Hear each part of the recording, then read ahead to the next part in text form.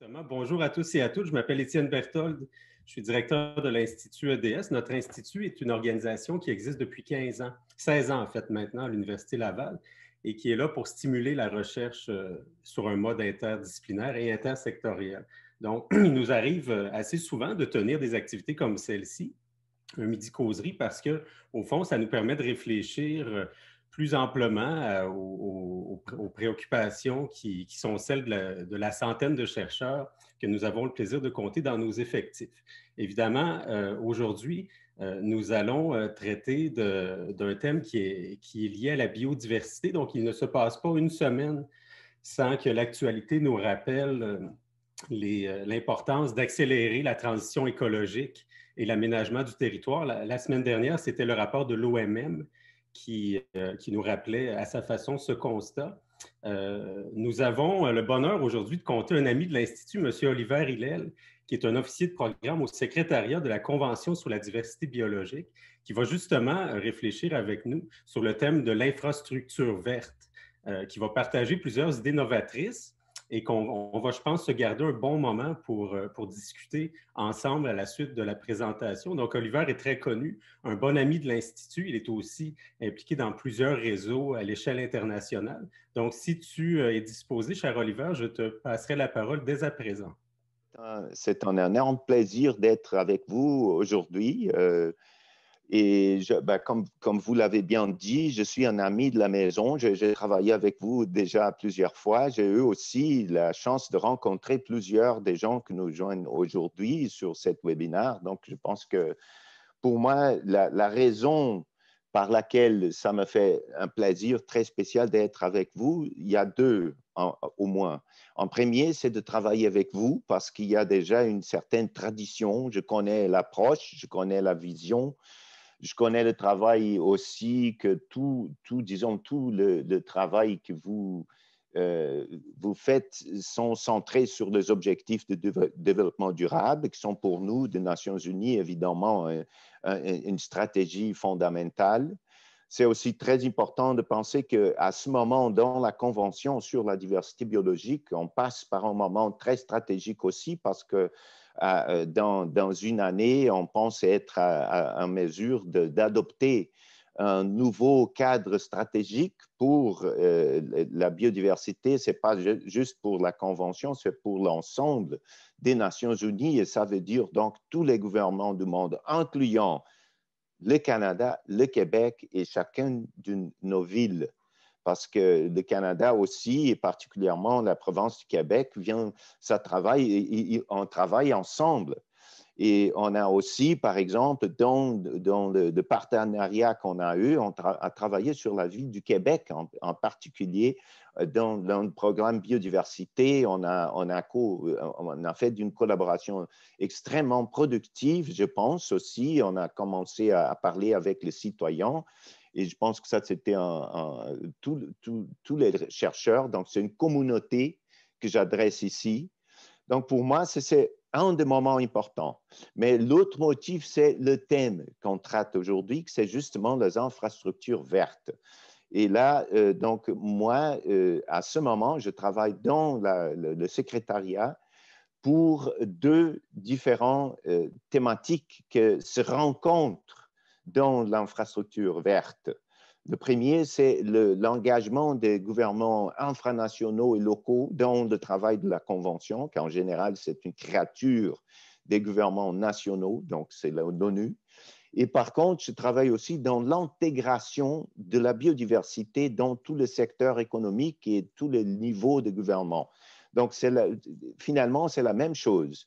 Et je peux dire que si on commence à parler ici des infrastructures vertes, voilà, c'est justement où toute cette thématique se rencontre. Et la première provocation que j'aurais, c'est de faire de cet exercice qu'on va faire aujourd'hui, la midi-causerie, mon travail. Parce que comme je vous disais, pour moi, les infrastructures vertes, là, tout en dessous, sont justement un des 9 secteurs économiques sur lesquels je travaille. Les parties de la Convention, incluant le Canada, avec la participation de tout le niveau du gouvernement au Canada, ont décidé disons, de se concentrer dans 9 secteurs, un desquels ce sont les infrastructures. Donc, à la conférence de partis qu'on a eue en Égypte en 2018, on a eu le secteur d'infrastructure a été un de plus importants que tous les gouvernements ont pris en charge dans la mesure que l'infrastructure, l'extraction, la manufacture, la construction, l'opération, toutes les phases de l'infrastructure ont une relation d'impact avec la biodiversité. Ils ont aussi, évidemment, pour ça, une opportunité d'améliorer son empreinte écologique extrêmement importante. Donc, c'est pour ça que je voudrais en premier, donc si on passe au prochain, merci beaucoup, Élise. Voilà, j'ai déjà dit qui je suis et je vous ai partagé que tous les gouvernements du monde ont dit qu'on est chargé de développer une approche de longue durée pour l'intégration de la biodiversité dans le cadre stratégique que tous les pays vont adopter pour les prochains 10 ans. Et donc, je ne veux pas dire ici infrastructure verte, je veux dire le vert, le bleu, le gris et le brun. Chacune de ces catégories-là a une description technique très claire. Les infrastructures vertes, dans le sens que ce sont les parcs linéaires, ce sont des jardins verticaux, ce sont toutes les infrastructures qu'on construise pour que les gens puissent profiter de la nature. Mais ça c'est pas le tout de les infrastructures. Il faut parler aussi des ports, les infrastructures bleues, tout ce qui a à voir avec l'océan, avec le transport marin et côtier. Aussi, les infrastructures grises, qui sont celles qui n'ont rien à voir avec la biodiversité, les hôpitaux, le transport, les stations de traitement d'eau, tout cela aussi, on peut le faire avec la nature ou sans la nature, avec les solutions basées sur la nature, avec l'approche ecosystem-based approach ou non. Et finalement, les infrastructures brunes à Montréal, à Québec, je ne sais pas si c'est si fort, mais ici à Montréal, les infrastructures qui n'ont pas plus d'usage, qu'il faut vraiment réinventer, qui sont polluées, qui ne sont pas propres, ça s'appelle les infrastructures brunes. Il faut le traiter aussi parce qu'on sait que pour disons, les villes, l'infrastructure brune est une des plus grandes et importantes promesses pour une amélioration de la qualité de vie. Si on peut refaire, si on peut restaurer la nature dans les infrastructures brunes, on aura fait beaucoup. Donc, c'est ça. Je voulais aussi dire que quand on parle de l'infrastructure, ce n'est pas juste l'existence des infrastructures, mais c'est l'extraction du ciment. Comment est-ce qu'on fait ça? Comment est-ce que les plus grandes corporations de construction, pas seulement au Québec, mais aussi, comment est-ce qu'ils font l'extraction de la matière prime qu'on a besoin pour l'infrastructure? Ça peut être l'aluminium, ça peut être l'acier. Donc, tout ça fait partie des infrastructures. Et évidemment, jusqu'à la fin, j'ai mis ici les assurances paramétriques parce que je ne sais pas si vous connaissez la notion, mais ce sont les assurances qui assurent pas disons, actif, mais un service, une fonction. Donc, on peut, par exemple, faire l'assurance des services écosystémiques qui sont offerts par la barrière de corail mésoaméricaine. Dans toute la côte du Mexique et d'Honduras, etc., il y a la barrière de corail mésoaméricaine. Swiss Re a assuré les services écosystémiques qui sont donnés par cette récif de corail. Donc aussi, il faut penser à une infrastructure. Quel est le coût présent des risques des infrastructures dans le futur? C'est ça. Il faut penser à la gestion des risques. Il faut penser où est-ce que les impacts se produisent. Probablement, une des plus fortes, c'est dans l'extraction de la matière prime pour les infrastructures. Et aussi, évidemment, on peut faire le design des infrastructures de façon à réduire les impacts. La prochaine, s'il vous plaît. Ici, je veux vous provoquer un petit peu la midi causerie parce qu'on veut, en fait, vous inviter dans la discussion à penser à un document qu'on pourra soumettre à la Convention de la diversité biologique. Il y a une réunion qui se passera au mois de mai 2021. C'est l'organe subsidiaire pour l'application, pour la mise en œuvre de la Convention. Cette réunion, possiblement, se tiendra au Canada, possiblement la première partie de 2021. Et là, on pourra, de notre discussion ici, de la midi causerie, moi, comme je travaille déjà longtemps avec vous, de l'Institut aussi, Étienne, on a discuté ça, Élise aussi, qu'on pourra continuer à travailler. Donc, je vous encourage pas seulement de participer à ce séminaire ici qu'on fait aujourd'hui, mais aussi de nous faire connaître vos idées à comment la Convention peut prendre en charge les infrastructures bleues, vertes, brunes, grises et tout ça. Donc, il faut penser aux opportunités aussi. Je vais provoquer ici quelles sont, et en considérant le changement climatique et la biodiversité, qu'est-ce qui reste à faire? Quelles sont les opportunités dans la thématique des infrastructures? Par exemple, l'infrastructure intelligente, l'application de l'innovation au design et à l'opération et disons, au suivi des services et des fonctions de l'infrastructure. Tout cela peut être amélioré avec l'application de la technologie qu'on a aujourd'hui, avec l'application de la science citoyenne, si vous voulez. Aussi, il faut penser l'infrastructure pas seulement au niveau des villes, mais de conurbation des aires métropolitaines. La communauté métropolitaine de Montréal, par exemple, elle a une grosse chance d'atteindre l'objectif de 17% des aires protégées, mais la ville de Montréal, peut-être que non. Donc, on peut faire des gains si on pense à niveau pas seulement des villes, mais jusqu'à la Provence et même au-delà des Provences, dans les écosystèmes, disons. Une autre source de possibilités de croissance, particulièrement pour le Québec, donc je vous provoque à vous, la communauté de l'Institut et la communauté qui nous écoute à ce moment, le Canada et le Québec ont des connaissances traditionnelles très fortes. On a une tradition de partenariat avec le peuple d'ici, avec les Inuits, avec les First Nations. Donc, dans ça, comment est-ce qu'on peut utiliser les connaissances traditionnelles dans l'infrastructure? On parle beaucoup de ça partout dans le monde déjà. Comment est-ce qu'on peut imaginer les constructions traditionnelles avec des matériaux plus modernes pour servir à une infrastructure vraiment verte, toutes les infrastructures. Donc, ce sont tous, comme je vous dis aussi, le produit d'assurance.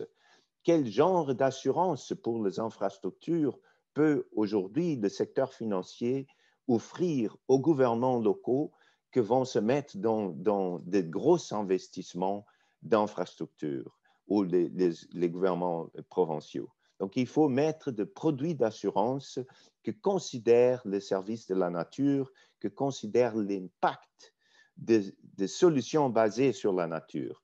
Si je construise d'infrastructures avec des solutions naturelles, je vous assure que les risques sont réduits à 80%. Ben, c'est évidemment clair que le produit d'assurance devrait dire, si vous appliquez des solutions basées dans la nature, on vous donnera 80% de rabais. C'est simple comme ça. C'est l'économie. Il faut appliquer cette économie. Il faut créer des solutions comme cela. On a particulièrement dans cette communauté, on a beaucoup de ressources et modèles. Je remercie la Fondation David Suzuki qui a publié un livre extrêmement intéressant sur les infrastructures vertes. Le gouvernement du Canada aussi, un site que j'ai consulté avec beaucoup d'idées et des incitatifs pour les gens qui vont construire l'infrastructure verte là-dessus. Donc, il y a beaucoup Moi, je travaille avec le Conseil international des mines et métaux, ICMM. Ils ont des standards très bons pour la biodiversité. Donc, ils me disent tout le temps, il faut juste que les gens les appliquent. Mais on a déjà, pour l'eau, pour le climat, pour la nature, on a des standards. Donc, il faut le mettre en œuvre. Je voudrais mentionner le nom du professeur Kongjiang Yu. Il est un architecte chinois de l'université de Pékin. Ça s'appelle encore l'université de Pékin à l'ancienne. Et il fait un travail incroyable avec les villes éponges. Il fait une infrastructure verte à une échelle qu'on ne se rend pas compte. Il fait déjà 25 ans qu'il travaille en Chine pour faire des villes et des infrastructures de transport, des ports, des viaducs plus vertes. Donc, ça vaut la peine de connaître son travail. Moi, j'ai eu la chance aussi de visiter la ville de Singapour. Quel beau exemple, quels bels exemples d'édifices.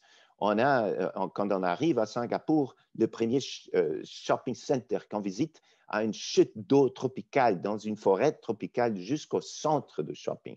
Donc, on va de Zara à un autre bel magasin, un beau magasin, mais on traverse une chute d'eau avec une forêt tropicale très, très, très intéressante. Donc, c'est ces genres d'infrastructures, disons, qu'on veut provoquer. Donc, c'est ça, je renouvelle l'invitation à tous de contribuer à cette réunion avec un document d'information qu'on pourra on pourra produire en fonction de vos commentaires. Et aussi, dans ces documents, dans cet effort, on vous demande à tous quelles sont les actions que nos gouvernements, particulièrement ici, le gouvernement du Québec et du Canada, devraient mettre en place à tous les niveaux? Comment est-ce que le gouvernement peut travailler avec le monde des affaires? Quel genre d'incitatif peut-on offrir pour que les infrastructures soient vraiment vertes, avec l'application de l'intégralité de 17 objectifs de développement durable, pas seulement l'eau, l'océan, la terre, mais tous. Il faut absolument être socialement sensible parce que la nature ne peut pas survivre sans les gens qui le soignent, qui le donnent la valeur, les différentes valeurs. Donc, c'est ça.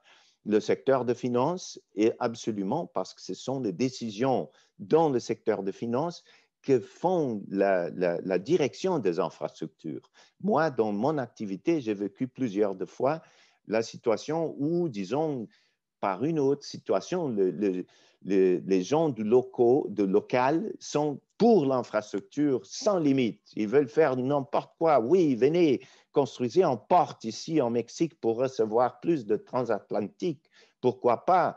Venez et construisez, on veut juste de la construction. Là, on a eu ressources à des banques. Les banques ont dit, ah non, on ne vous prête pas l'argent pour faire une chose comme ça.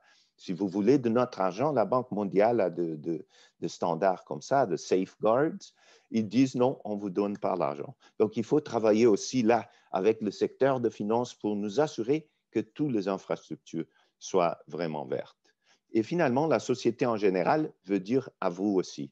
Donc, je vous passe la parole et je vous écoute. Je voudrais bien savoir qu'est-ce que vous pensez qu'on peut faire à ce sujet. Merci. C'est nous qui te remercions, cher Oliver, pour cette présentation très efficace et qui soumet un certain nombre d'idées effectivement très audacieuses à la discussion. Je sais, Élise Katrina, qu'on a déjà une question qui fut posée sur le chat, donc on va y revenir, mais je me permets de noter cette vision très holistique, donc cette vision très globale que tu mets de l'avant de l'infrastructure. Donc, on parlait d'ecosystem-based approach. Là, on sent qu'on a parlé de cycle de vie aussi, aller jusqu'à la science citoyenne. Donc, l'intégration du patrimoine, de l'héritage ou d'un certain nombre de connaissances traditionnelles. Cela consacre une très belle vision, je dirais, systémique au sens positif du terme de l'infrastructure verte. Il y a bien sûr pour nous, en aménagement durable du territoire, lorsqu'on veut travailler la résilience des territoires face à l'impact des changements climatiques, il y a un très beau défi. Aussi, le fait que tu aies relevé la question des banques. Donc, des sources de financement et des protections assurantielles nous montrent que cette question est très globale. Je termine en disant que l'appel que tu lances est entendu, donc bien sûr auprès de l'Institut EDS qui, comme tu l'as bien souligné, effectivement, se dévoue beaucoup à la promotion et à l'avancement des objectifs de développement durable dans une perspective, justement, une perspective d'ensemble. Mais je pense aussi que cet appel sera bien entendu par nos participants. Vous parlez d'infrastructure verte. J'aimerais peut-être vous entendre sur ce que vous définissez comme une infrastructure verte, parce que moi, dans le cadre de mon travail, j'utilise plus le terme infrastructure végétalisée. Donc, je pense par exemple aux toits végétalisés, les systèmes de biorétention, les marais filtrants, etc. Est-ce que pour vous, c'est ça, les infrastructures vertes, ou vous faites une distinction entre les deux? Puis je me demandais s'il y avait une terminologie qui existait dans les conventions internationales par rapport à ces ouvrages-là là, d'infrastructures végétalisées. Merci, Madame Fredette. Donc, Oliver, est-ce que vous vouliez répondre à la question? Absolument, et merci pour cette question. Non, la réponse à la dernière question est non, il n'y a pas encore, mais elle est très urgente. Donc, je vous encourage de nous aider à faire ces définitions et de faire les distinctions aussi. Pour moi, il y a plusieurs, disons, couleurs dans ce concept-là. En premier, si on parle d'infrastructure verte dans le sens de durable, disons, le 17 objectifs de développement durable. Là, comment est-ce qu'on appelle ça durable peut-être? Pas verte, des infrastructures durables, mais dans les infrastructures, c'est un petit peu difficile parce que toutes les infrastructures doivent être durables. C'est ça. Donc, pour moi, il y a peut-être une échelle, Chloé. Je pense qu'il y a évidemment ça, et là, je veux faire une provocation. Ici, à Montréal, devant moi, ils ont, pendant 2 mois au moins, ils ont détruit ma rue, ils ont reconstruit la rue pour question de beaucoup de choses, infrastructures, justement. Mais là, j'ai découvert, et je ne savais pas, qu'une ville est construite sur quelque chose comme 6 ou 7 mètres d'infrastructure. Il y a 6 ou 7 mètres de concret sur chacun de nous, en dessous de chacun de nous ici.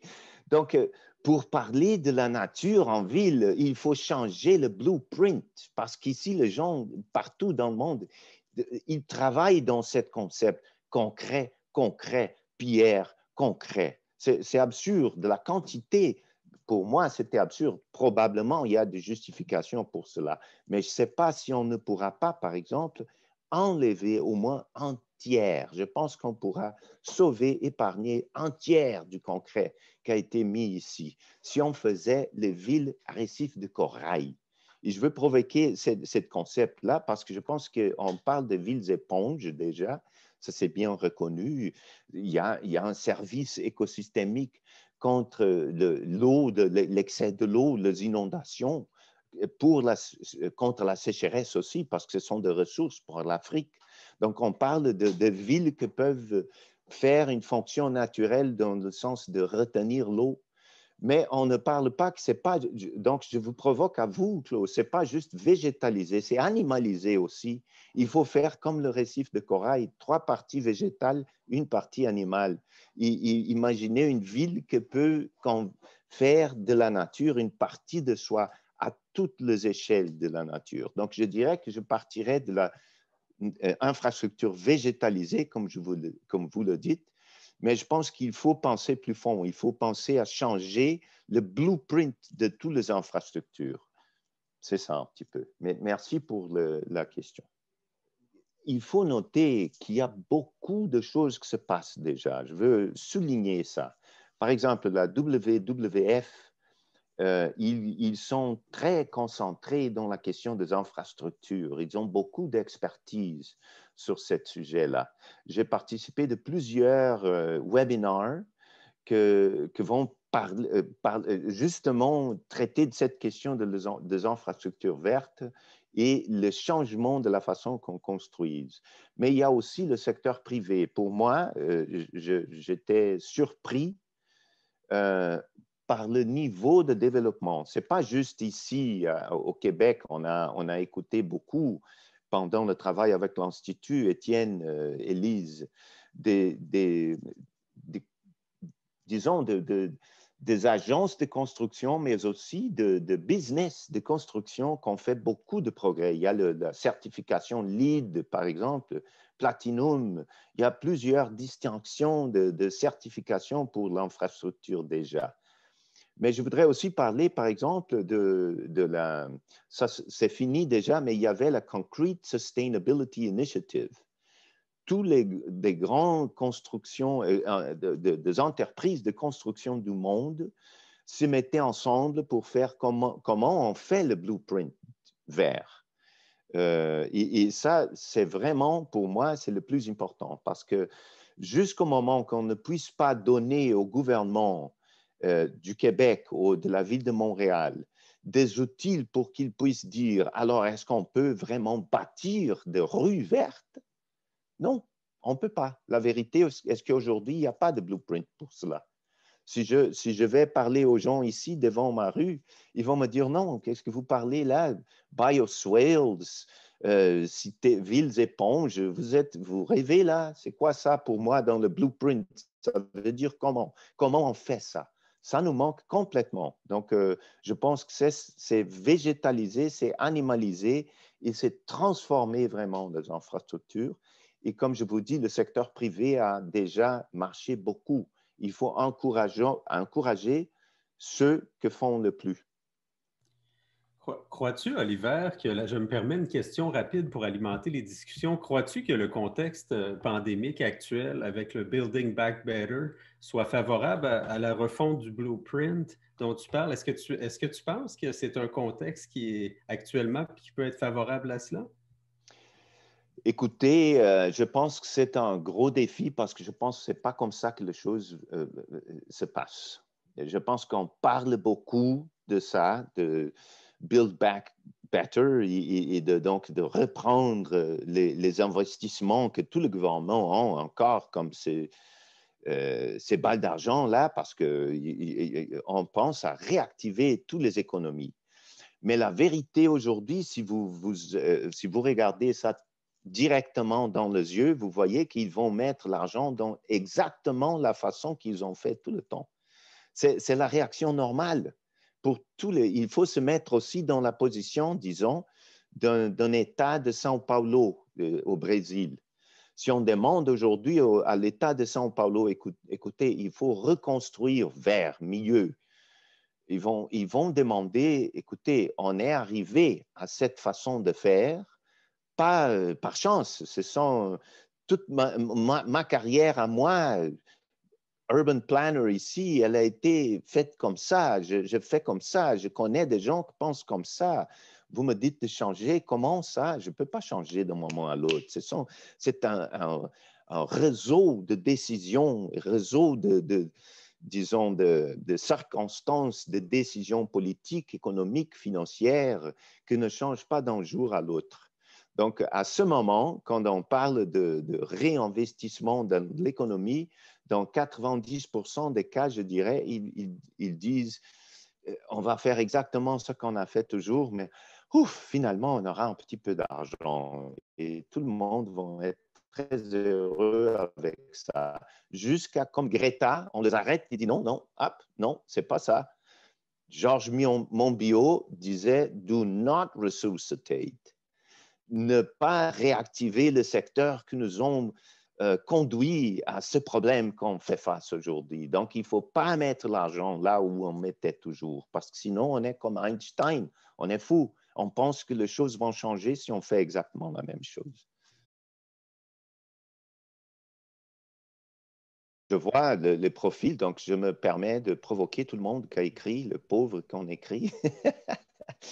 Une chose que je pense est très importante, c'est de préparer les gens qui vont construire l'infrastructure dans le futur.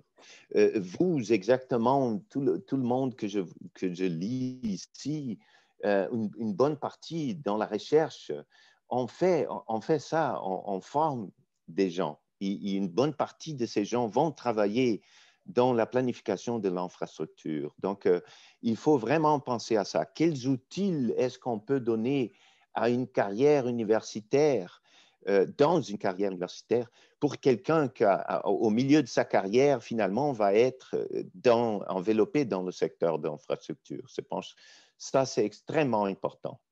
Et pour le ministère, et je parle ici à la province du Québec en premier parce que j'habite ici, je suis résident, j'aime être au Québec, je suis enthousiasmé. Les gens de l'Institut m'ont écouté dire ça. Je pense qu'on pense en français d'une façon différente qu'on pense dans des autres langues. Il faut être francophone pour penser certaines choses.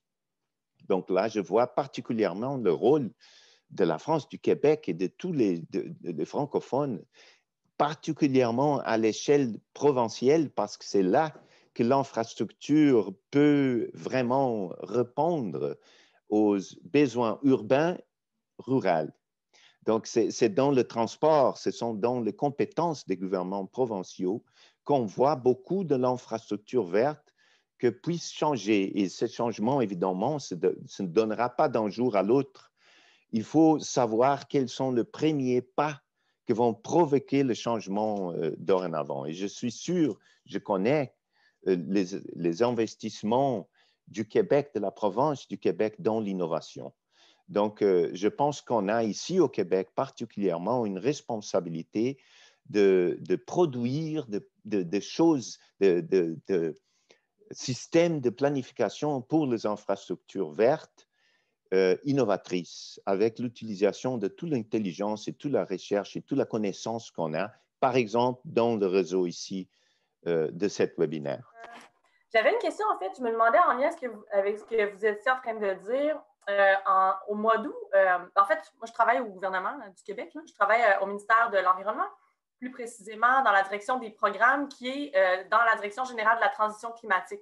Donc, on met en œuvre des programmes de lutte contre les changements climatiques, comme par exemple Climat Municipalité, la phase 2 qui est active en ce moment, puis Action Climat qui est destinée aux organismes à but non lucratif, puis le PCCI, le Programme de coopération climatique internationale. Puis dans le cadre du prochain plan pour une économie verte là, et le plan de mise en œuvre, il y a des mesures prévues pour l'adaptation des villes au changement climatique, dont des mesures de verdissement qui vont être mises en œuvre par nous. Là. Mais dans un autre ordre, en fait, pour poursuivre ce que vous dites, au mois d'août, il y a une formation qui a été annoncée, qui est développée à l'Université Laval avec du financement du ministère, qui est destinée aux architectes, urbanistes et en génie. C'est une formation de 2 heures pour les praticiens, en fait. Attendez, là, parce que je suis sur le site du Soleil pour essayer. Bon, c'est une formation en adaptation au changement climatique. Donc, ça ne parle pas spécifiquement d'infrastructures vertes, là, probablement que ça comprend d'autres types d'infrastructures, mais je me demandais si vous ou quelqu'un ici était impliqué dans cette formation-là pour les aspects, justement, plutôt d'infrastructures vertes.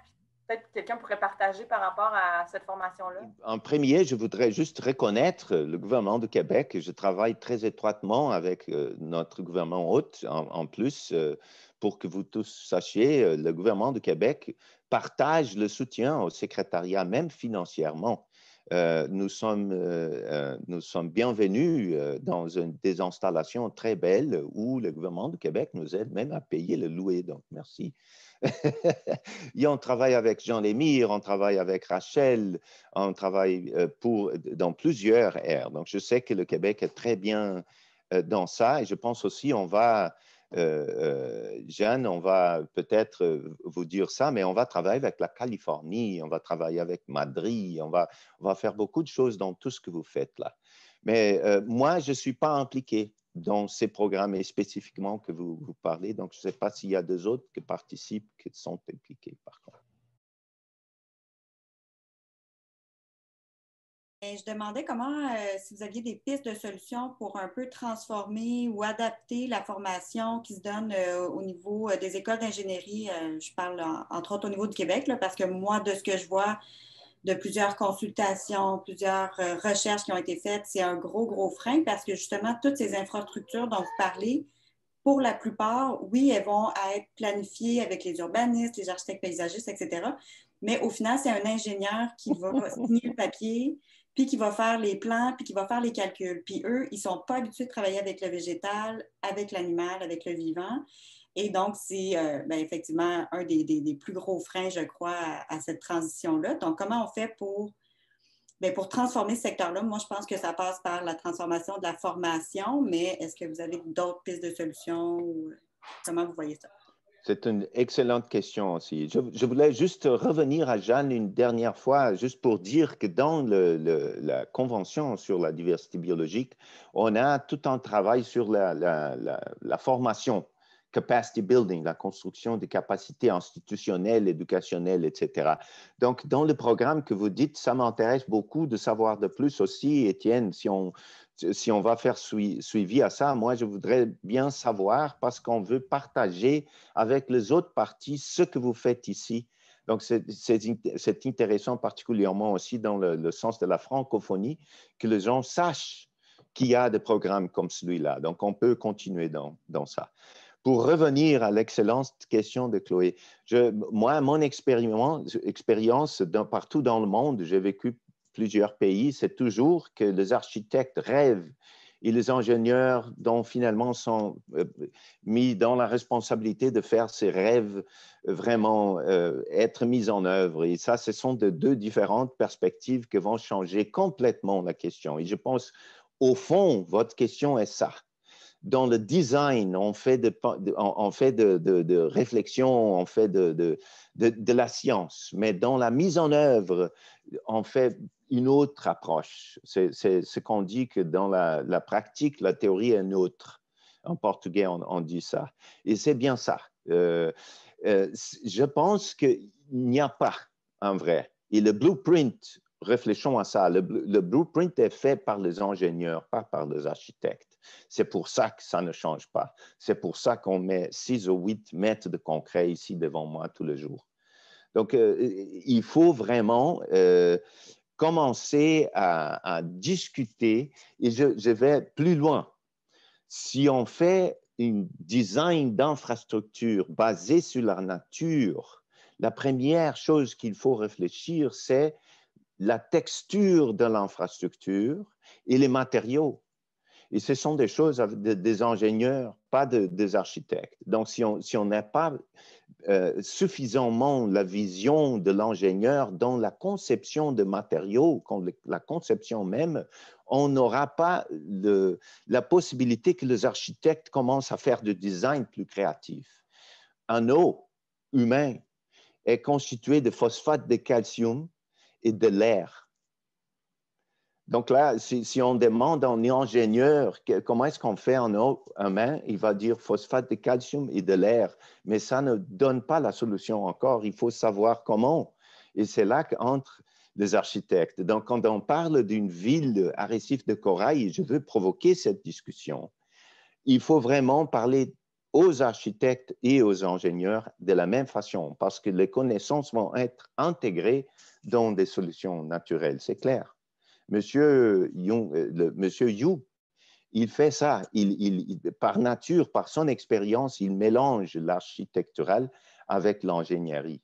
Et en parlant de ça, un des webinaires de WWF sur l'infrastructure verte, malheureusement en anglais, verse justement sur l'ingénierie des infrastructures vertes. Je vais partager plus tard avec vous, dans le rapport de cette réunion, le link pour cette webinaire. C'est très intéressant. Donc, on avait une question de Mélanie Desrochers. Donc, Madame Desrochers, si vous voulez prendre la parole. Bonjour, M. Hillel. Merci pour cet entretien. J'ai beaucoup aimé que vous avez parlé tantôt de la présence des banques et du financement des projets. On parle aussi beaucoup des concepteurs, des gens des villes, des ministères.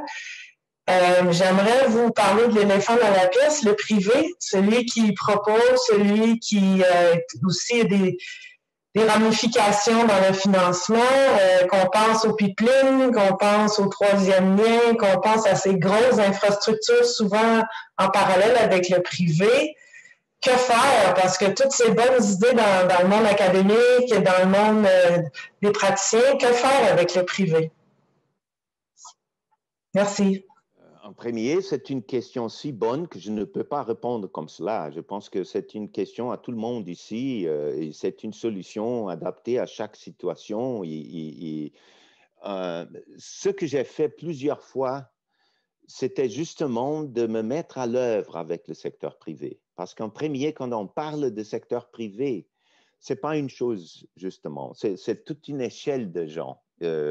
Normalement, dans tout le secteur, moi, je suis responsable pour l'intégration, donc je travaille avec tous les 9 secteurs, si on veut, de l'agriculture au tourisme, en passant par l'infrastructure, la minerie, etc.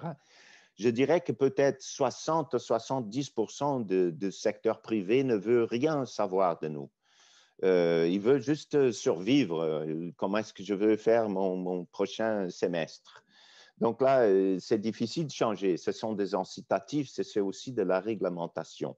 Il faut empêcher que le pire font le pire service. Donc, une des questions qu'on met dans notre approche de long terme pour l'intégration, c'est justement d'éviter de financer et de donner des incitatifs à l'infrastructure et à la minerie que fait des dégâts clairs et évidents que personne ne questionne, parce que ça se passe partout dans le monde encore. Les business qui font les pires exemples de destruction reçoivent encore des incitatifs. Donc, il faut arrêter ça en premier.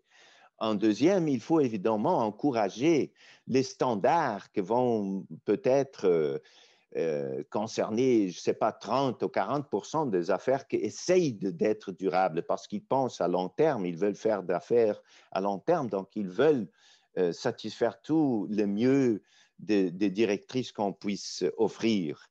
Là, il faut développer des standards, il faut travailler le standard minimum.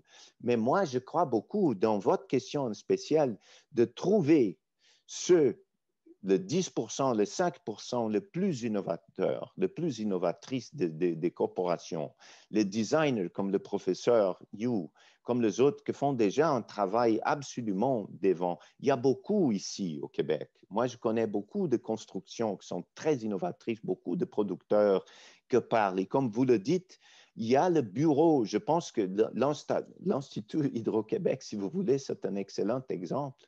C'est une collaboration publique-privée où, bon, dans le cas de Hydro-Québec, ce n'est pas juste privé, mais disons, c'est une collaboration entre les entreprises et le secteur académique. Je provoque ça, je pense que c'est très important.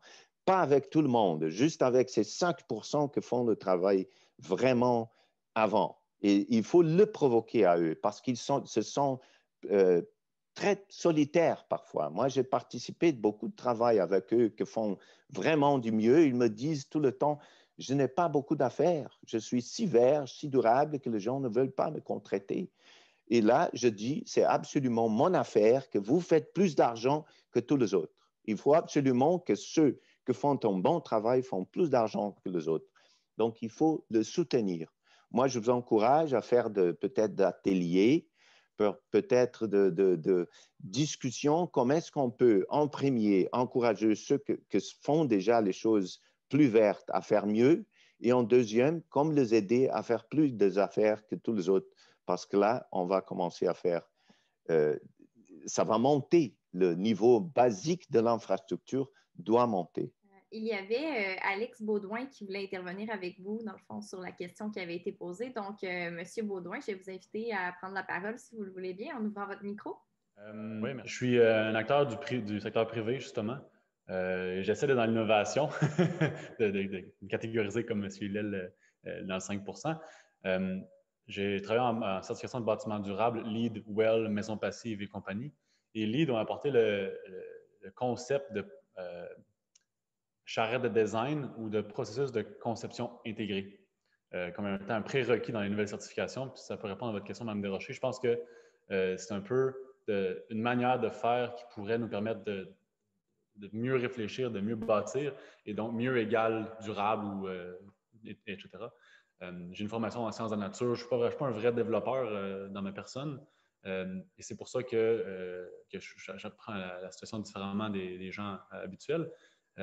J'aimerais savoir, avec M. Hillel, s'il y aurait justement des groupes de discussion qui prendraient plus ou moins la forme de charrette de design pour des projets spécifiques où moi, je suis en train de développer des projets justement avec Transition énergétique du Québec, avec d'autres instituts de subvention, éco-performance, trucs comme ça. Mais y a-t-il des charrettes de design auxquelles est-ce que des développeurs qui veulent changer les choses pourraient adhérer? Et même ça peut être des sujets très spécifiques. On veut intégrer plus de bois ou analyse de cycle de vie, ou j'entends jamais d'analyse de cycle de vie dans mon domaine. J'imagine qu'il devrait en avoir aussi dans les voitures, et etc., dans les vêtements. Mais est-ce qu'on pourrait obliger des trucs comme ça? Le plastique, c'est pas nécessairement mauvais s'il est bien fait. Mais dans l'analyse du cycle de vie, qu'est-ce qui est le pire, le moins pire? Fait que j'aimerais relancer un peu. Moi, je pense qu'en parlant avec des acteurs de terrain, on va dire privés, souvent, et des acteurs plus érudits ou des universités en recherche ou de la politique, si on mélange les gens, on va venir à bout de faire un beau projet qui plaît à tous, parce qu'on va considérer toutes les opinions. Je veux résumer ma question. Existe-t-il des groupes de discussion comme ça, ou est-ce qu'il y a des programmes? Alex, merci beaucoup. C'est une question extrêmement pertinente. En premier, parce que je pense qu'il faut, comme à vous, il faut trouver des emplois et des opportunités des investissements. Il faut trouver des opportunités de croissance pour toute la jeunesse du Québec. Mes filles, il faut qu'elles trouvent de l'emploi, de l'opportunité de croissance. Et je pense que là, on est particulièrement bien placé dans le Québec pour aider des gens comme vous. Ma réponse directe est, je ne sais pas. Et parce que je connais beaucoup dans toutes les organisations de l'ONU, il y a déjà des incubatrices de business innovateurs. Il y a des accélérateurs. Tout le monde fait des hackathons pour des opportunités d'emploi et d'investissement. C'est incroyable à niveau global, l'investissement qui se fait en innovation pour la jeunesse. Donc, pour moi, c'est un petit peu cette responsabilité-là qu'il faut.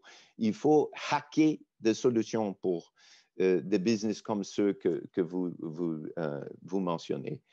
Et je pense qu'une fois en plus, même si je n'ai pas une réponse spécifique, donc je pense que ça, c'est déjà une contribution que vous venez de faire. Donc, il faut avoir ça, institut, secrétariat, écoutez ça. Il faut avoir des plateformes comme celles qui vont accélérer, vont encourager l'innovation. Je pense encore une fois, je connais par exemple le directeur de Ecotech Québec.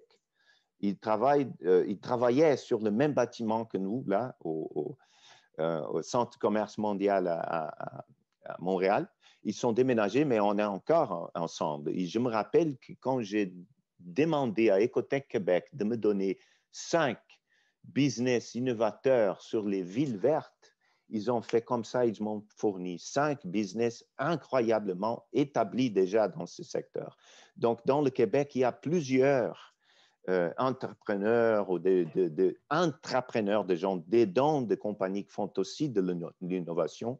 Il faut absolument encourager ça. Je pense que vous avez fait un point très important. Je n'ai pas de réponse, mais je vous félicite pour la question.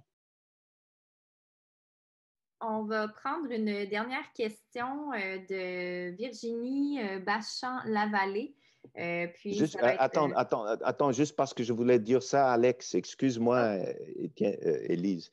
Je sais que le Québec n'a pas seulement Google ici à Montréal, mais je sais aussi que le gouvernement de Québec et la ville de Montréal viennent de donner la bienvenue à l'Institut international pour l'intelligence artificielle durable. Je répète ça, c'est l'association, l'Institut international pour le développement d'une intelligence artificielle durable. Donc là, il y a beaucoup d'opportunités que le Québec nous présente et il faut mettre tout ça ensemble. Excusez-moi, c'est juste parce que c'était comme Québécois, je pensais il faut dire ça. Oui, bonjour, M. Hillel. Vous avez parlé du fait qu'il faut penser à des infrastructures vertes, entre autres pour la jeunesse. On sait qu'il y a beaucoup d'écoles qui sont rénovées en ce moment. Quelle est, à votre connaissance, l'intégration de ces... dans le fond, des entrepreneurs, si on veut, qui ont une connaissance par rapport à une infrastructure verte pour le réaménagement des cours d'école ou bien la construction d'écoles ou rénovation d'écoles? Une deuxième excellente question. Moi, écoutez, il faut dire, moi, je travaille sur l'international. Donc, ce que je fais, c'est plutôt d'écouter plusieurs acteurs et j'écoute partout dans le monde ce qu'on fait, incluant au Québec, à la ville de Montréal. Comme je dis, je travaille à tout le niveau de gouvernement, mais je ne pourrais pas directement répondre parce que c'est une question très bonne. Comment est-ce qu'on s'assure finalement qu'il y aura des gens préparés pour travailler dans ça? Comment est-ce qu'on s'assure que les jeunes ont des outils pour offrir des services aux employeurs dans ce domaine-là? Et je n'aurais pas une réponse immédiate, mais je pense que c'est, encore une fois, je vois une énorme opportunité partout. Il faut, par exemple, dans l'alimentation, ce n'est pas l'infrastructure, mais dans l'alimentation, la FAO maintient Young Professionals for Agricultural and Rural Development. C'est une plateforme que réunissent des professionnels jeunes, donc ça veut dire jusqu'à 35-40 ans. Aujourd'hui, on peut être jeune juste à un certain, certain âge, mais ils essayent d'aider des gens en mi-carrière à être mieux dans l'application disons, de principes et de standards de durabilité que la FAO elle-même produise. Donc, c'est comme s'ils voulaient dire, il faut aider le professionnel à appliquer nos standards. Et je pense qu'un petit peu dans cette direction que je peux provoquer une discussion, mais je ne sais pas si ça existe déjà. Je pense que s'il n'existe pas, il devra exister de cabinets, de plateformes qui essayent de donner aux professionnels jeunes les outils de se mettre dans des emplois ou des opportunités d'investissement, de start-up dans le domaine des infrastructures vertes. D'abord, je souhaiterais remercier sincèrement notre conférencier, Oliver, pour cette belle présentation que je qualifierais à la fois de fondamentale et critique, de réflexion donc, sur la question de l'infrastructure, mais dans le sens très plein du terme. Je pense que des approches comme ça correspondent bien aussi à ce qu'on essaie d'enseigner en aménagement durable du territoire. Il y a là plusieurs défis, mais des pistes de solutions sont là aussi. Je voudrais te remercier toutes les personnes qui ont passé la dernière heure en notre compagnie. Donc, Oliver, est-ce que tu souhaites nous dire un petit mot de la fin? Dire qu'on a besoin de tous vous, ce que nous écoutez, les participants. Et on a besoin de vos idées et vos suggestions sur les infrastructures vertes. Donc, si on a un mécanisme de représenter vos pensées, vos initiatives, vos suggestions. Je vois Liliana, elle vient de partager des informations intéressantes sur le projet de Lab École. Donc, ce sont des exemples comme ça qu'on veut réunir pour mettre à disposition de tous les partis de la Convention. Donc, encore une fois, merci 1000 fois pour cette opportunité. Alors, nous demeurons en contact. Merci infiniment, chers collègues. Merci à tous et à toutes. Et prenez soin de vous et à la prochaine.